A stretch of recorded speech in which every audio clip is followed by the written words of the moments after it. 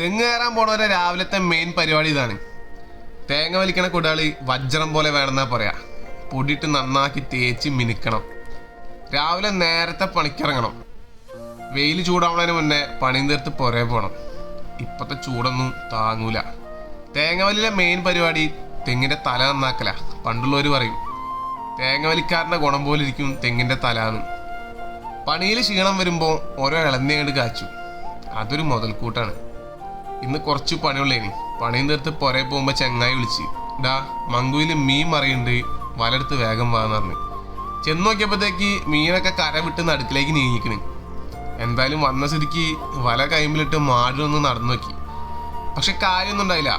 മീൻ അടുക്കണില്ല, വിട്ട് വിട്ട് പോവാണ്. എന്തായാലും വന്ന സ്ഥിതിക്ക് ഒരു വീശല് വീശാന്ന് വെച്ച് കരക്കൊന്ന് പിടിപ്പിച്ച്. 4 പരൽപ്പൊടി അല്ലാണ്ട് വേറെ ഒന്നുമില്ലേനി. അതോടുകൂടി ആ പരിപാടി അവിടെ ചെന്ന് നിർത്തി നേരെ വീട്ടിലേക്ക് പോന്ന്. വീട്ടിലെത്തിയപ്പോൾ മാധു വെക്കണ ചക്ക ഉരുട്ടി കളിക്കണ്. എന്താ സംഭവം എന്നറിയില്ല. അത് ഞാൻ അടുത്ത വീഡിയോ പറയട്ടാ. അപ്പൊ ശരി എന്നാ.